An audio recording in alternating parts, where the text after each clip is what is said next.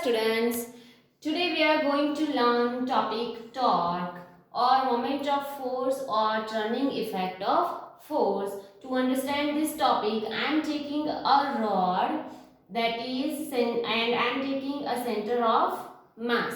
So if I take a center of mass of this rod and I am applying a force at the center of mass, at the center of rod, then what will happen? This rod will displaced. This rod will translate in the direction of force. In the direction of force. So force is applied at the center of the rod and rod will translate. That means if I say that, it will translate here. Okay. See. So it will translate. But will it be rotate? Yes or no? No. If I will apply here at the fixed point force, it will not rotate. It will translate. So for rotation, I have to apply force over here, means at any point of the rod except the fixed point center. Then what will happen?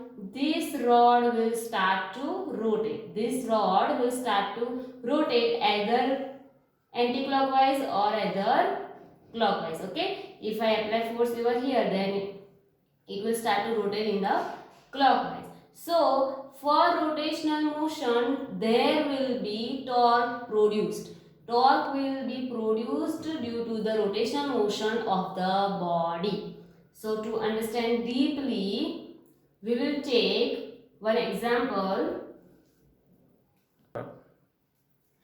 We are taking a rod and I am fixing this rod at some points. Here, see here, I am fixing this rod at this point and I am applying at this point a force F.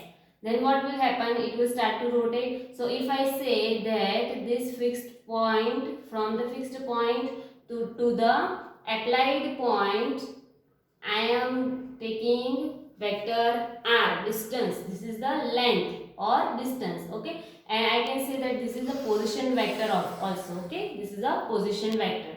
So what will happen? As force is more, torque will more. As I will apply force too much large to the rod, then it will start to rotate very fastly. Okay, so its rotational motion will be increased due to the force, and that's why torque is also produced with increasing value. Okay, so force is more, torque is more. Now as position vector is more, then also torque will more. Okay, so from these two terms, can I say that torque depends on force and position vector? Of course, yes. But there are another third factor is also there, that is theta. If I apply the force at some theta point, okay, this is it. So if I say that here I am applying force F, okay, so it will make here theta. Okay, it is along the position vector. This line is direction of this line is along the position vector. Okay, so there will be two components here along the position vector, that is f cos theta and its perpendicular f sin theta. Okay, so will this component will help us to rotate the rod?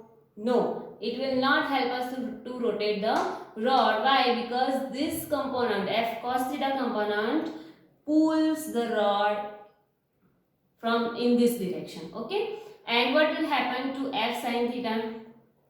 Yes, of course, f sin theta is perpendicular component, so it will help us to rotate the rod. Okay, so I can say that the torque is also depend on f sin theta.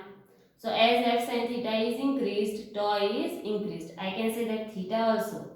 Theta is increased, then torque is increased. Okay, so torque depends on this much of factors. So torque can be written as, tau means what? Yes, of course. Torque is denoted by tau. Torque is denoted by tau. So torque is equal to, I can write Rf sin theta. Rf sin theta. Okay.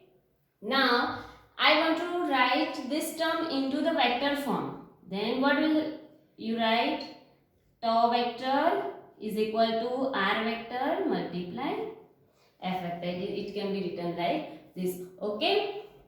Now see, this F cos theta component is called parallel component of force, and F sin theta is called perpendicular component of force. Okay, so at parallel component of force, what will happen? There is theta 0. So if I put here theta 0, then tau is 0. So at parallel component, tau is 0, and at F sin theta component, theta is 90. So if I will put here theta 90, then sin 90 is 1. So I will get here RF perpendicular. Why? Because at perpendicular component F sin theta, torque is produced. Okay. So torque is given by R cross F. Now what is its unit? Its unit R is meter and its unit is Newton. Okay. So its unit is unit of torque is Newton into meter. Now see, have you heard this unit in another quantity? Of course, work has unit Newton into meter. But see, this component, this torque and work is too much different from each other. So please don't be confused. Why? Because torque is produced due to the rotational motion of body, and work is produced due to the translational motion of the body. Means work is given by force into displacement. Okay, and this is the rotational motion of the body. Torque will produce, and this is for translational. So this is too much different from each other. So please don't be confused. And work's unit is also joule. Okay, so this is our torque, and torque is produced for rotational motion of the body. So if this body is rotate, suppose this is the fixed point and I am rotating this body, then all the particles, this pen is containing all the particles. So all the particles will rotate with about the rotational axis. This is its rotational axis. So if I say that it is its rotational axis, then this rod will rotate about its rotational axis. Okay, and torque is produced there. So I don't have to apply force to this body to hold the body. I don't have to apply force to here to all the particles of the body. I have to just apply at one particle or any one of the place, tiny place, then it will start to rotate itself. Okay, so this is our torque. So torque is equal to R cross F. Torque is equal to R cross F. At the parallel component of force, torque is 0. At the perpendicular component of force, torque is maximum, that is RF perpendicular. Okay, so if you like my video, then please be share, like and subscribe it, and please be connected with us to more and more new topics of physics.